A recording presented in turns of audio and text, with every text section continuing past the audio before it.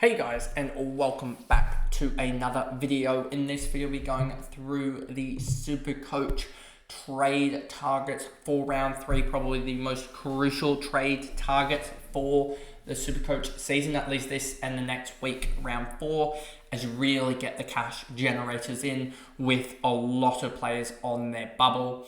Obviously, you've had the Sydney and the Hawthorn and and Collingwood. I think it was the 3 sides. I don't think there was many. I think they were the only 3 sides that had their price movement at the moment. Because GWS had the bye at this round, so they're not on a normal price change now. But you had those 3 sides had their players move already. But now we've got they are the other 15 sides, I want to say. They have their price movement this week. So let's jump into it. So we'll start off with the rookies and then we'll go to the trade in, trade out, the round changes, etc. So Riley Bice, he'll wait till next week. But when you get a guy like Riley Bice who is just so efficient by foot, let's just do a quick little run of 70 and you'll see, I think that's wrong, but you see some type of rise like that. Let's just do this and just see. Don't know what's going on there, but there's something wrong with that. But let's just go to the DFS when he, because they will show it better, that one. I think I always stuff that up or something. But if we go to the defenders and then we go to type in Bice here, you'll see a 74 for the next couple of weeks gets him up. What's that? 101k plus 71, 170k or so. He goes, 172k in the next 3 weeks for 70s. If we even just lower this, just to a 50. I know that drops a lot of cash out of him, like 40k, but he still doubles his price in 3 weeks. Even just let's go to a 60 here because 60 is still relevant. He doubles his price in 2 weeks with the 60. So I'm definitely looking at this and going, I think he can be really, really... All he needs is 2 rounds. And Harry Cunningham might not come back for Swans after the bye. And that gives Bice another round. And giving a Bice another round is absolutely huge. So, I think he's just a guy next week that we just run at and just swap from someone who's already had the price rise and has a horrific score built in their system. Then break-even's positive again, a rookie like that, etc. O'Driscoll, probably the second most obvious rookie to have. Just look at that cash generation that he's going to get. He's going to drop a 64 gets him up 60k. He could be 275k. That's 77k. That's probably him dropping an 85. And I think that is realistic for him to drop an 85. He could also go 100, and 100's probably going to see him go up.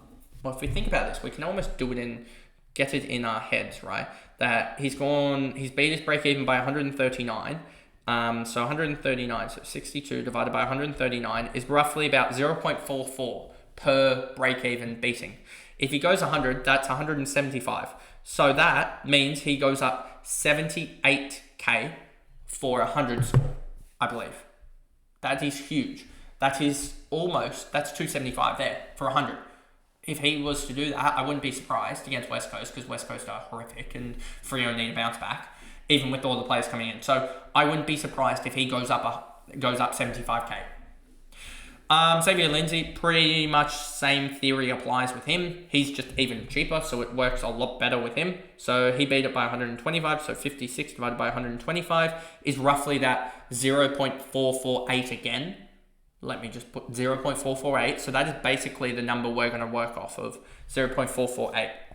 So 0.448, and say he beats it by 175, he goes up the 78k or so to, 228 plus 8k, 236k?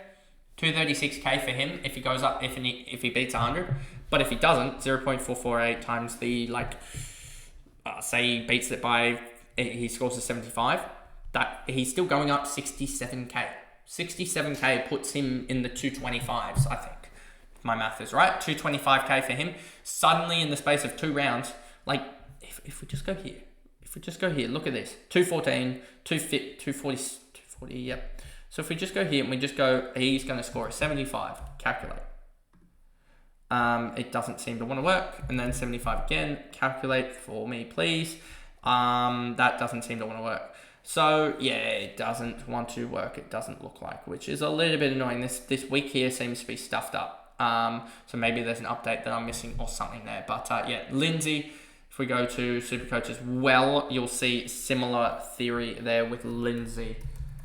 82s gets him, just blows it out the water. If he goes, say, 75, let's just do that. 75s, he goes 226, 272, 305. So he's almost doubled his price in 3 weeks just from 75, which could happen as a winger. And he's a really efficient winger. Henderson, obvious one. Yeah, that is just huge. That is for him, to be honest with you. Hamling on the bye. He's the one that's could have really good job security for Sydney, but Melican coming back, as well as McDonald's, as well as Bullis turning out in the VFL for the forwards, like that could chuck Hamling to the side. But yeah, he's done really, really well. Probably not fieldable, but still at 159k, definitely a guy that you should consider if he is named, with all the injuries and stuff like that and all that. Especially if McCartan goes down back and he's still named or something regard like that. But yeah, Henderson, huge. McRae, how have we got a 390k guy with a 69 minus 69 break even is kind of ridiculous. Like a 105, he goes up 78k. And let's just use the same metric here. A 0. And I'm going to just double check this. That is 174 he beats it by for 77.9 divided by 174. 0.447. So 0.447 times by, say he scores 150. 219. He goes up 98k from a 150. He goes up 98k. That's 490k just there. So, and I'm going to show you this because I'm pretty sure that's right in saying that. I could be wrong here, but I'm pretty sure that's right, and I don't have to actually scroll down too much. What did I say? 98k rise. Okay, I was a fraction bit off. I was here for a 149 instead of a 150, but that's right there saying that. He just goes off. Like, even if I put these back to a 120, even if I just do that here, he's still going to be potentially 600k if he goes and averages, what's that, 263 AD, like 125 in the next 3 weeks. Let's just say he goes and scores 110 the next 3 weeks. It's not as rampant, but he still gains 150k for 110. If he goes 120, that's upwards of now 170k that he gains. 175k for 120 over the next 3 weeks. Quite ridiculous. You need him if you don't have him, simply put. And then you've got, and of course SuperCoach decides not today. So yeah, these are the obvious guys in O'Driscoll, Lindsay, Henderson, I think. Obvious. Connor O'Sullivan, we just need job security out of him, and I just don't know if he can provide that. He's got a 53, minus 53 break even, is projected to go up 50k, but that could be the last rise because Colin Jasny is projected in a couple of weeks to come back. Does he play? How well does Connor O'Sullivan play is a big question there, so I'm just worried about this, to be honest with you. His job security. Levi's obvious. Murphy Reed, minus 51, so he's actually put out a really good performance on the weekend. So he's jumped back in at 131k. Davidson is an obvious pick as well. Caleb Daniel, we will talk about him. Well, he's just obvious. Camporelli, Constanti, minus 43 for a 119k. These are the type of guys that you really want. Elijah Hewitt just doing his thing. He's going to projected to go up 36k, which is pretty good for him. He'll be a slow burn, I think. So will Max Hall, who's projected now to be a 33k rise or so. But if we just look at Max Hall for the next like 2 or 3 weeks with like 35s, he tops out at 170k. But 170k, he'll be able to be moved for like 115k or 119k in round 6 or 7. But he's probably still going to have like a 70 game somewhere here, which could just help him out. If he was to have sort of a random sort of assortment of some good games here, you'll see he kind of gets to that 190k range or so, and I just wonder if it's stuffing up because I'm on like dark mode or something like that. Nope, it's just stuffed up in general, so let's go back to dark mode. So yeah, that's that with the sort of guys. And so who would be my top guys on 2 games? Can I put it for 2 games? Is there a way to do that? Selected to play injuries. By recommended next round, running hot, form drop, price increase, price decrease, etc. Played every match. I think it's a good way to put this. Yes, here we go. So this gets us to 2 games. So you've got these guys here, the top 3 guys. I guess top 5 guys are all must-haves. I would say Connor O'Sullivan, I don't think it is. Neither is Murphy Reed, just because job security or role is probably going to change in the next little bit. Levi, yes. Sam Davidson, yes. Daniel, yes. Camporelli, if he plays, is still going to gain so much cash at 113. Constanti, no, because I think you've got Max Hall and guys like that are still around the marker. Those 2, you can either or, I feel like that at that point, but you probably also got Davidson and some other rookies there that in that Davidson as well as Elijah Hewitt's probably a better one, and Stone is probably a better one at their price point. Vandermeet, no. Ethan Reed's only played 1 game. They've only played 1 game, but he'll be how do I phrase this? He'll be good on the bubble next week, I think, depending on how he goes. Ned Long had that price raise of 39k, but it's on the bubble. Sorry, not on the bubble, but on the buy this week. Henson Jr., no. Kate Chandler, no at that price. Harry Armstrong, no. He looked all right. Elijah Sardis, not Elijah Hewitt. Elijah Sardis out this week, but should be back for gather round, I'm suspecting, and at his price point, he should be fine, to be honest with you. So yeah, that he'll be fine. Corey Warner's on the bye. Dan Curtin, no, even though he had a really good game. Dua, no. You're starting to get to these guys here that are just not going to be relevant, I don't think, because they've got a much lower break even than these really big guys. These guys here make, what are we talking? Let's say O'Driscoll gets a 0 score or something like that.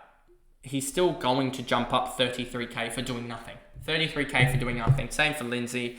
Same-ish for Henderson. And we expect them to also gain sort of 30 or so k from actually playing, if we think about that. Say they just pop a 50 score, you gain 22k for playing, plus also the gains that you've already made. So that's where you get that 55, 60k of cash generation. Now let's put this one off and go to the Coach's Choice. This will heavily involve rookies as well, but let's just go to round change.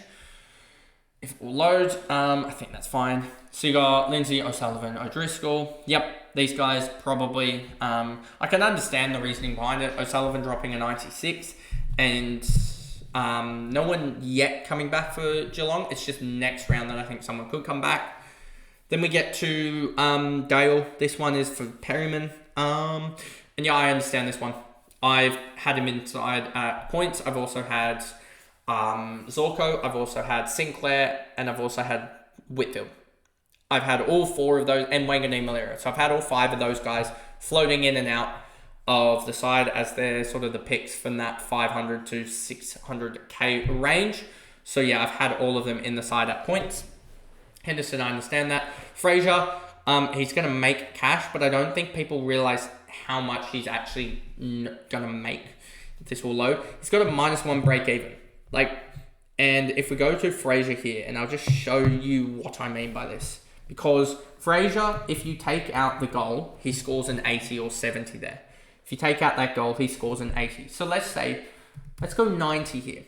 Let's look at this. You're buying in Fraser, who's not going to be top of the line, and you're getting in 41, 22, and 12. So you're getting 75k of cash then in 3 weeks from Fraser, who's not necessarily top of the line.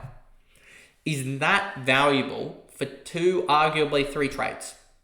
Is 75k of cash gen valuable?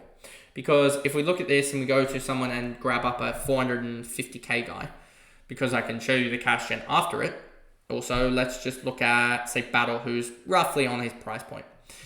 And let's tick it up to 95 just to help this out a little bit. You'll see that Battle gets, another sort of 490k in the 3 weeks. So Fraser potentially 120k in the next 6 or so weeks if he goes 90-95, which we don't expect that to happen as well with Bont coming back in that point of range, as well as Treloar. I don't actually know what the injury update is for him. I know that he had a re-injury, but I don't know the injury update. But let's go to Western Bulldogs. You've got Bont 3 to 5, Johannesson 3 to 5, Treloar 4 to 6, Garcia 6 to 8. Anyone else really coming back? Don't think so. Luke Cleary as well in 1 to 2 weeks. So it's an interesting conundrum. I just don't like the versatility of his role a little bit, and also, I just think that who do they play this week? They have the Carlton side, so that'll be interesting. But I just wonder if Fraser will be able to score as well as he has because his conversion rate from SuperCoach fantasy to SuperCoach is well higher than what usually is for players. Callahan, understand the role, the change here hasn't changed in price yet. He's on the bubble and he's just going to skyrocket. We talked about McRae already. Zorko, if we just show you this, I know I showed in fantasy, but the same sort of applies here. If we go to this, look at this. This is stupid. This is this is so good. 5.01 in the next 6 weeks. They play the 4 best matchups for designated kickers in Geelong, Richmond, Western Bulldogs, and Gold Coast in that time. They also play the best matchup as well for a team playing away in that of St Kilda. They also play Collingwood, who's a pretty good side to play as well at home. I don't know what they are away. I think they might be away. They're the same thing as well. So they arguably get the 6 best matchups. The 6 best matchups. That is ridiculous in a 6-week span. So that's why I'm heavy on Brisbane, because he scored it against Sydney, at Sydney, which let's go to, where's the next Sydney at Sydney game? Not for a while. Sydney at Sydney is a neutral, actually. That's surprising. Neutral, where are they away from home? They're a neutral as well. So, interesting. What are they for? Let's duplicate this and show you. But I'm pretty sure it is the 6th best matchups. Where is it? This one we want. 6th best matchup for designated kickers. You have got Gold Coast, Western Bulldogs in the last 5 games. And this is fantasy, but I can switch it across. St Kilda, North Melbourne, Fremantle, Brisbane. Let's go to SuperCoach here. Designated kickers. I'm trying to find it because I swear that's the best matchup. St Kilda, North Melbourne, Brisbane, Fremantle, Melbourne, Gold Coast, West Coast Eagles. I swear he didn't have any of those matchups. But anyway, Gold Coast, Geelong, Collingwood, Western Bulldogs, St Kilda, Richmond, Carlton. You can just see the matchups there, just glaringly. And he's come off of Sydney, who was a -1 in the last little bit. Who Jordan Clark went plus. They're leaking a little bit of points to halfbacks actually recently. But you can see last year that they weren't doing it. And then you've also got, he came up against, who else did he come up against? West Coast Eagles, who are middle of the road as well, plus 0.7. And they've done as well, had Will Powell go low, had other guys last year do it as well. So that'll be intriguing to see how that happens as well with Zorko, but the matchup is right there in front of you. That positive matchup is right there. As well as, let's just go through Connor Rosie, obvious one against Essendon. He's going to towel them, to be honest with you, as SuperCoach has just basically frozen for me. That's not good. Levi Ashcroft, Tom DeConing, Tristan Cherry. Oh my, wow. It's, we got it back. Rosie, Ashcroft, DeConing, understand all these ones. Cherry, let's look at the rucks for the next sort of 6 weeks.